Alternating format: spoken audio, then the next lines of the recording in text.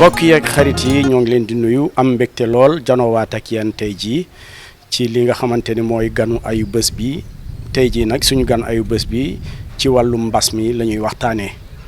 suñu gan tey moo di docteur Mouhamed Lamine Ly nekk spécialiste ci santé publique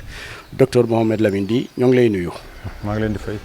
docteur Mouhamed Lamine Ly tey jii xayma nañu lu toll ci juróom-ñaari téeméer ci ay cas Covid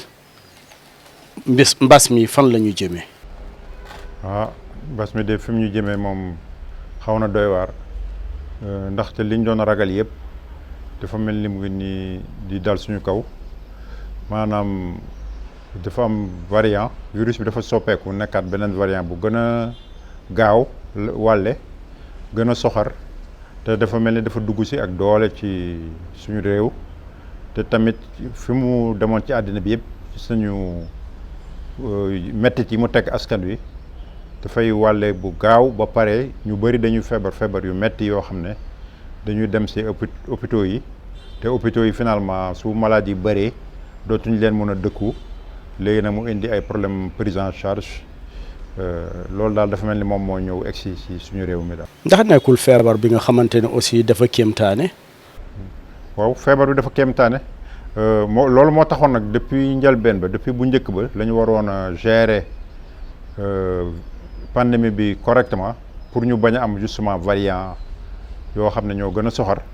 parce que avant xam nga ne bu njëkk ba mag ñi la doon gën a dal mais léegi commencé na di dal ndaw ñi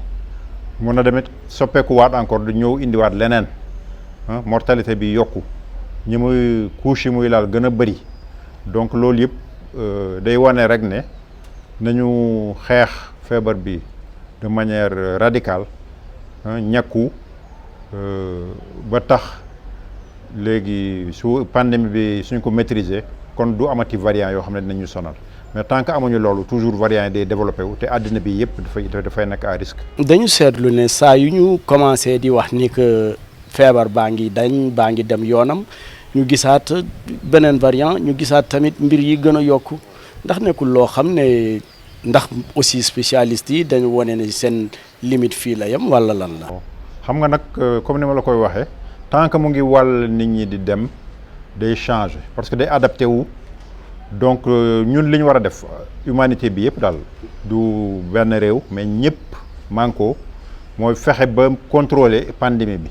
ce qui fait dañu war a ñàkk 70 à 80% nga xam ne virus bi dootul circuler lu bëri su boobaa dinañ ko mën a maîtriser dootul soppeeku te kon dinañ mën a am ay peut-être même ay garab wala am vaccin yu gën a efficace ba finalement foofu lay jaar nekkaat genre endémie yoo xam ne comme ay grippe yooyu ñenn ñi lay laal mais du nekk ci lii loo xam ne dafa lëmbee àddina bi yëpp daal donc feebar boo xam ne dinañ ko mën a maîtriser di ko faj comme ay paludisme comme ay méningite ak yooyu daal. ba tey ji xamuñu lan mooy indi feebar bi. bon feebar du newoon nañu virus bu tudd SARS-CoV-2 nga xam ne ci mala yi la jógee ñëw muté dugg ci nit ñi xaw a niroog virus SARS bi nga xam ne nekkoon na Chine à l'époque xaw a niroog tamit beneen bu tuddoon MERS-CoV boo xam ne demoon na Arabie Saoudite yooyu yëpp ay coronavirus la waaw loolu mooy feebar bi en fait mooy agent pathogène bi. feebar bu jóge ci mala bi ñu jëm ci tabaski ndax du wàll ci xar yeeg yooyu. bon léegi xam nga nag du ko wàllee noonu daal mais tabaski bi daal. ba duñ ko fekk ci xar yi. déedéet non du nekk ci xar yi pour le moment ci nit ñi daal lañ ko gën a seetlu ak peut-être yenn animaux yi mais contagion bi gën a garaaw daal ci nit ñi entre nit ñi daal la gën a nekk pour le moment daal. am na ñoo xamante ne dañ doon wax ni que fu tàng jër du bëri ay fi li nga xamante ni mooy Covid bi daaw boo xoolee période bi daaw ci tàngaay bi dañu gisoon ni que mbas mi wàññeeku mais ren donte tàng na waaye cas yi dafa gën a yokku ndax amul tuuti contradiction aussi. xam nga phénomène boobu tamit dañuy ay hypothèse la daal maanaam du loo xam ne dañ ko étudier ba prouver ko mais quand même seetlu nañu ne tàngoor bi dina wàññi tuuti. virus bi te daaw gis nga li fi xewoon dem nañ sax ba def màggal fekk cas yi bëriwul woon bëriwaay boobu loolu yëpp ci période tàngoor la woon moo taxoon peut-être demeewul noonu mais ren xam nga doo mën a xam tamit su dee tàngoor baa ngi def effet ci cas yi rek parce que soo amee tey 733 mun na am su doon période sedd nga am le double wala le triple tu vois doo ko mën a xaymaa noonu daal doo ne rek comme bëri na tey rek kon tàngoor bi du jouer benn rôle mun na am mu ngi jouer rôle te moom moo tax sax gënul garaaw li ñu am tey jii nii quoi. mais dégg nañu benn communiqué bu SAMES def ngir tere li nga xamante ne moo di rassemblement politique culturel ak lii di religieux ndax loolu tamit mën na nekk saafara si mbas mi. bon en fait loolu nag la ñu war a def ci loolu la ñu war a dellu d'autant plus que fu mu ne nii xam nga vaccin yi dafa jeex ñu ngi xaar yeneen vaccin mais fu mu ne nii amuñu vaccin donc ñun arme bi ñu am fu mu ne nii rek mooy sorante bi bañ a booloo raxas suñu loxo def masque comme niñ ko njëkkee woon waxee te suñ ko defoon ni mu waree woon kon feebar du egg fii yëpp mais gis nga dem nañ sax ba di def ay meeting yu extraordinaire. mais meeting yi fi ñu defoon meeting yi aussi foofu bëriwul cas par rapport ak fi nga xamante ni defuñu fa meeting. xam nga loolu tamit ñenn ñi ñoo koy wax parce que loo wax rek dañ koy féetale politique alors que en fait yow wér-gu-yaramu nit ñi ngay wax parce que quand même parti politique kenn mënu koo tere def meeting ak loo ko contre am na droit dem mobiliser ay militants ak yëpp waaye soo gisee ñuy wax mooy que période bi ñu ko defee moo baaxul parce que àddina bi yëpp ay Inde Brésil fu ne ñu ngi dégg coronavirus ñëpp a xam ne coronavirus demagul ñun suñu ñàkk demeewul noonu ñàkkaguñ sax 6% ci suñu population nga xam ne kon feebar bi à tout moment te feebar ñu ngi wax ay cas daal quelques cas soo demee boolee ñooñu xam nga kon da ngay tax ba feebar bi gën a law donc loolu rek moo taxoon ñu ne waruñu def meeting yooyu te meeting yooyu tamit du benn côté rek moo ko def nguur gi def na meeting waaye opposition def na ay rassemblement léegi ñun ñëpp nag ñoo war a arrêter meeting yi affaire u diine tamit comme niñ ko defee woon première vague bi dem nañ ba tëj ay mosquée ku tëj mosquée xanaa kay leneen dina war a yomb ci yow rassemblement daayira yi ziyaara yi yooyu yëpp fu mu ne ni dañ ko war a ajandi ba ñu pare ba affaire bi tane ñu doog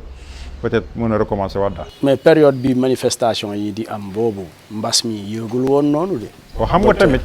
toujours virus baa ngi ci biir dëkk bi xam nga virus mosu fay jóge chaque semaine amoon na ay cas léegi nag yow soo boolee ñooñu ñëpp xam nga da ngay tax ba ñuy wàllante wala léegi nag au bout de quelques semaines parce que virus yi bëri nii tey 733 yi biir Sénégal la jóge de dañ ko wàllante ba mu toll noonu. kon depuis boobu la commencé daal processus boo xam ne day yàgg la mais effet yi peut-être day yéex a feeñ parce que nit ñi fu mu ñuy wàllante lu bëree bëri pour mu doog a fës. ndax mën nañu xeex mbas mi nga xamante ne nee nañu vaccin yi il faut mu am ci solo bu baax te période bi ñu toll nii vaccin amul de. waaw loolu moo tax ma ne bon vaccin yi nag quand même du suñu faute entièrement ndax pays occidentaux yi ñoo defar seeni vaccin ñu ne balaa nga laax jaay nga laax lekk donc yemale ko ci seen biir. te loolu xam nga ne égoïsme boo xam ne amul sax sens ndaxte ñun tant que suñu Covid wérut ñoom seen Covid tamit dese naa jeex ndaxte boobu mun nañ toujours wàllaat leen ñu mu commencé waat donc dañu war a ñàkkandoo àddina bi yëpp Covid bi jóge fi tant que am na ci àddina bi zone yoo xam ne Covid baa nga fay des toujours day recommencer donc léegi moo tax nag ñuy insister ci mesures barrières yi surtout rassemblement yi mais fii nag li ñu ci gën a metti nag. mooy nit ñi dañ ko respecteetul dara te loolu nag mooy genre xaru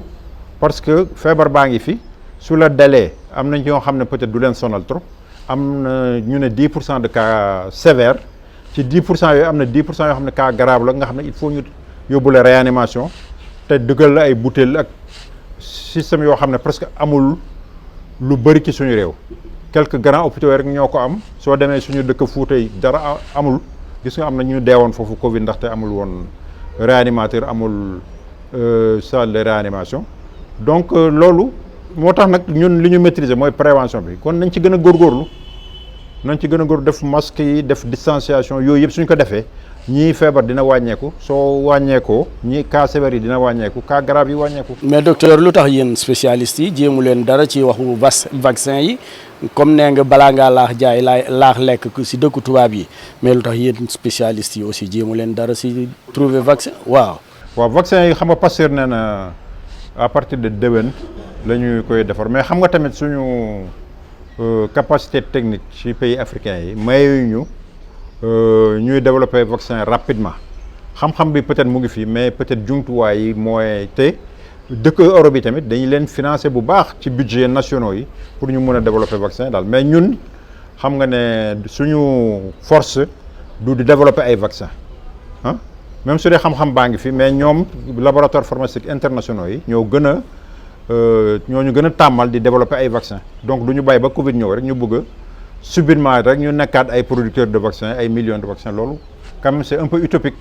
Donc nañu jéem a régler au niveau international bon Pasteur su ko mënee def à partir de l'année prochaine xayrul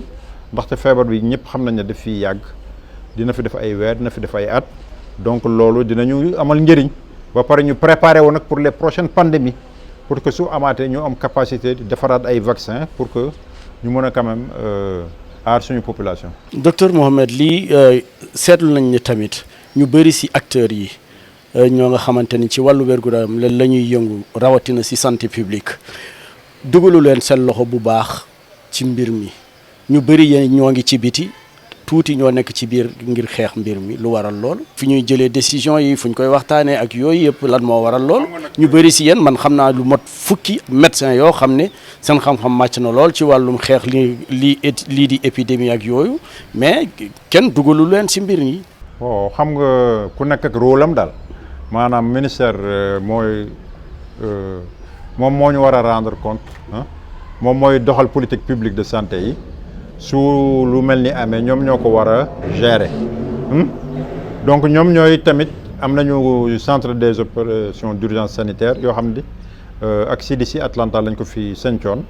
yooyu seen xam-xam màcc tamit ci wàllu feebar yu mel ni comme Ebola comme Covid bon ñun ñii dañu am suñu kuréel ñun boo xam ne société civile la bokk loolu tamit baax na ci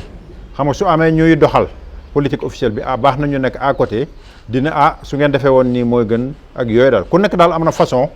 bu muy participer te du personnes yi ñoo am solo mais politique bi ñuy doxal ak surtout nag nga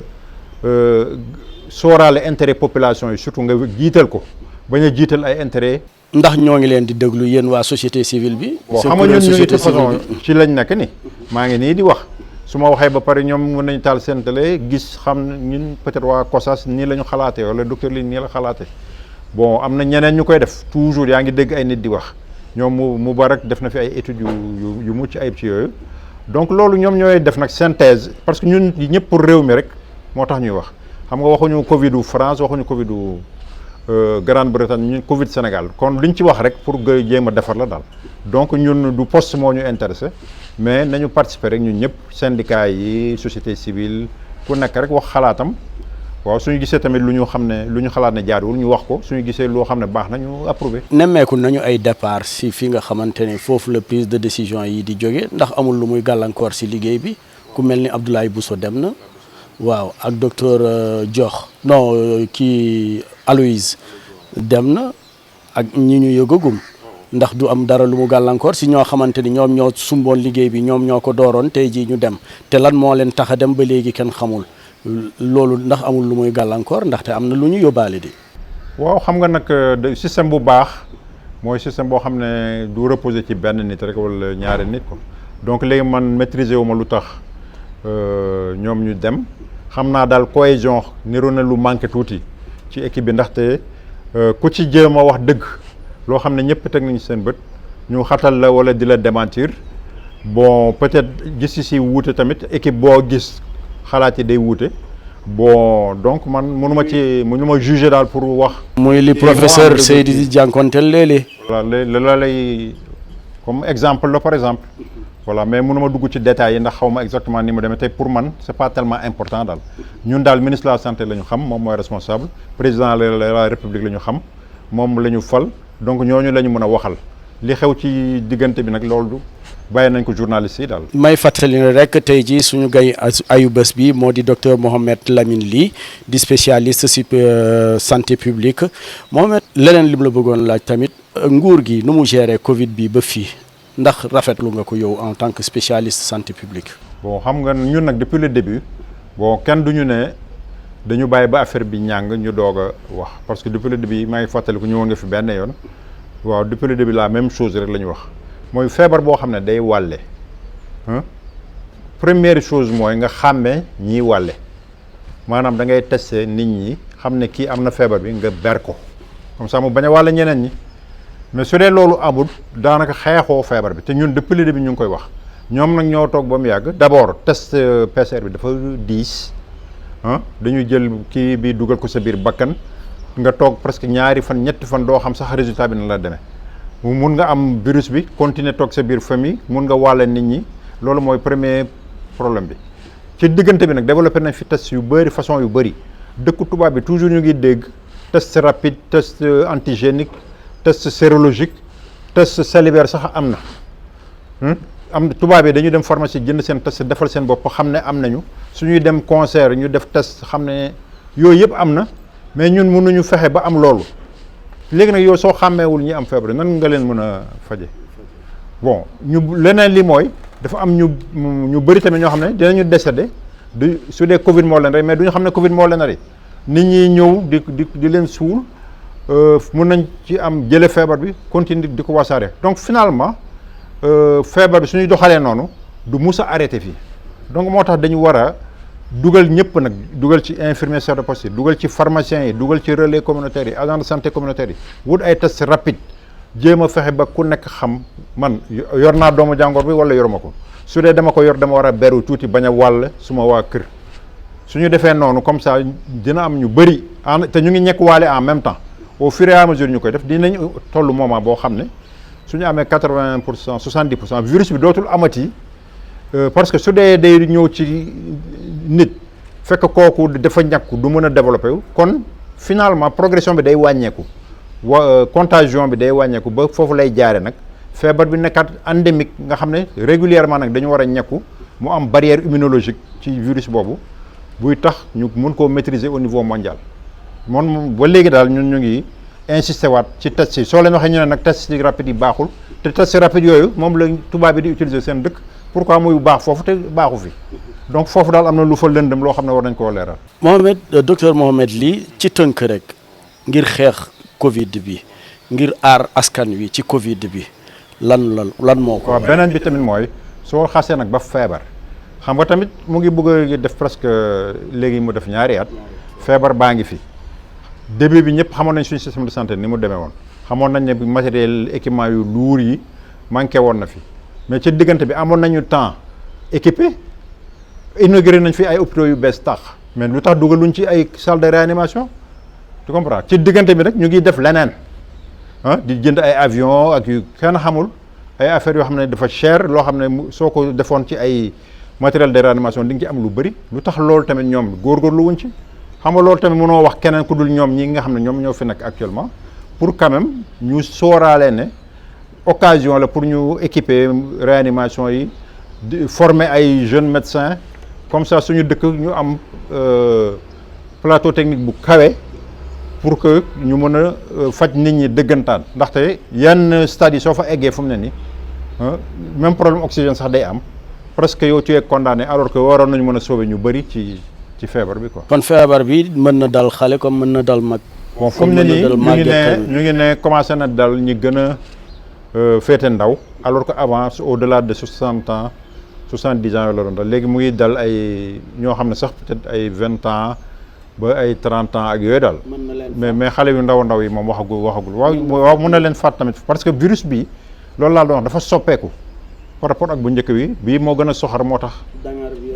dangar bi gën a fort daal maanaam. mbokk yeeg xarit yi ñoo ngi leen di gërëm di leen sant amoon mbégte lool daje ki nga xamante ni mooy docteur Mohamed Lamine Ly nekk spécialiste si wàllu santé publique ñu doon waxtaanee rek mbirum mbas mi nga xam ne cas yaa ngi gën a yokku ci Sénégal ci réew mi tamit mu indi ñu si rek ay leeral yu ndaw ñu bëggoon nag gërëm ko bu baax docteur Mohamed Ly ñoo ngi lay gërëm di la sant. maa ngi leen di fay.